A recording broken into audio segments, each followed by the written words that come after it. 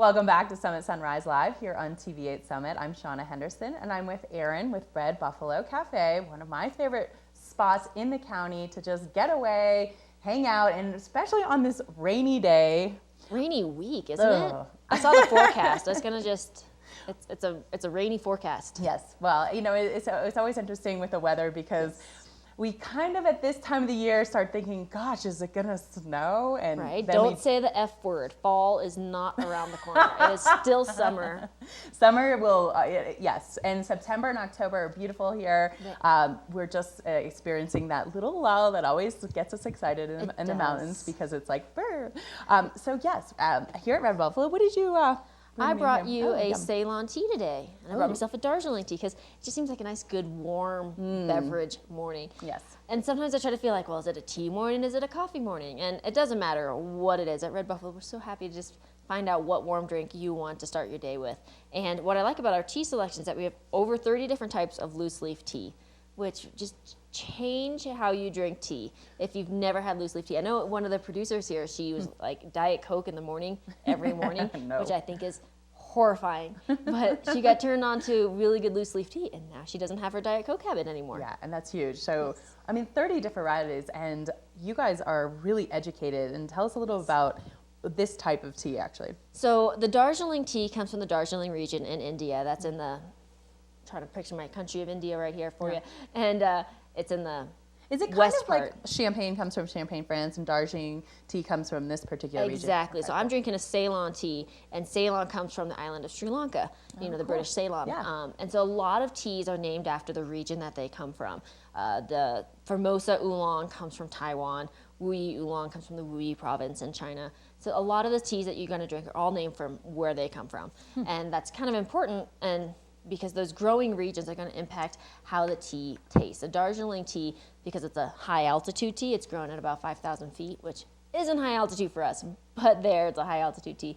It takes on different properties. The soil is going to take on different properties, and it's just all about how that plays into it. It's very much like wine. Yeah. And coffee is the same way too. Where it's grown around the world, what varietal you're growing is going to play tremendously into the taste and flavors that you're getting out of your drink.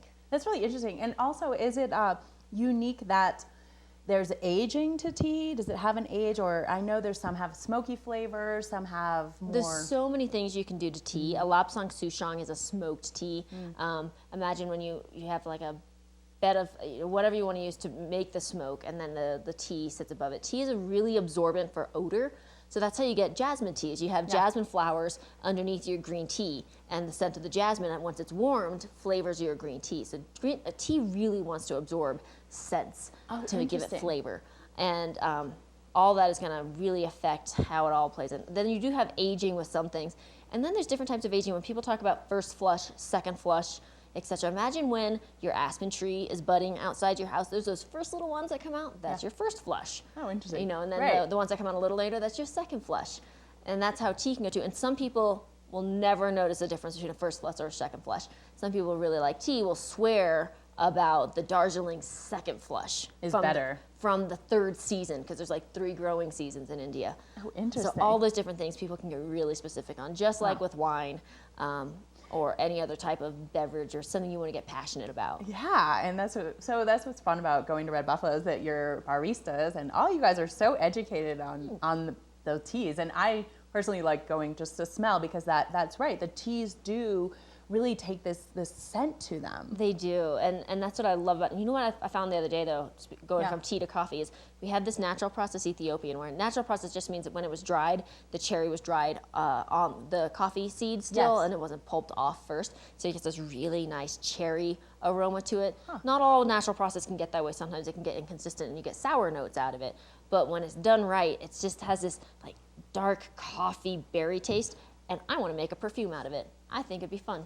I think that would be really fun, actually. Would it give that this cherry flavor? Right, but a coffee musky taste, it could work for both sexes, because it's kind of inappropriate just to take coffee and just like rub it on yourself. Right. Well, and you think about it, coffee is stimulating, right? So I mean, it is. We can make an essential oil. When you wake up and you smell that coffee aroma on someone, you would automatically be attracted to them. You would be. It'd be like if women wore bacon perfume, they would attract men. I was actually thinking that. And if men wore like a good coffee perfume or cologne, they could attract a woman. So that's the newest thing. We'll wear bacon scent. Yeah. Men will wear the Ethiopian coffee. Yeah. With the other day, they were like, oh, my hair was on knots. And they're Yeah. like, oh, bacon grease will help. I'm like, no.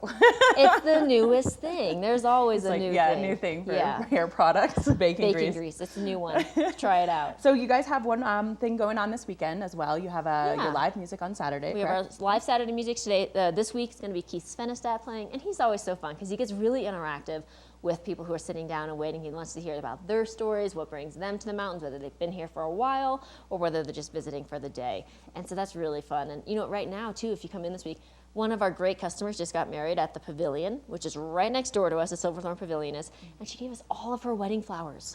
Pretty. So we are like flowers Awesome. everywhere. Yeah, that's amazing. That's really Yes. cool. Oh, wow. So it's a fun week to come on in because there's flowers everywhere in the shop right now. Yeah, and then it just makes you feel like summer is bursting out, right? Yes, even in the rain. So if people can find out more information, where should they go? She obviously come on in. Red Buffalo Cafe is 358 Blue River Parkway in Silverthorne. So that's a quarter mile north of the I-70 Silverthorne interstate exit. So central to everything in Silverthorne, whether it's the Summit Stage Transfer Station, the outlets, or the rec center. But we also have really good presence on Facebook and Instagram. And it's Red Buffalo Cafe is going to be all the hashtags or the backslashes or whatever you want to use. Perfect. Well, thank you, Erin. I always Yes. learn something new every time you come in. This Thanks is for amazing. having me. And thank you for this wonderful coffee. Yes. And just wanted to let you guys know, if you're in Breckenridge and you're looking for a little fashion on your feet, then you might want to check out the Joy of Socks.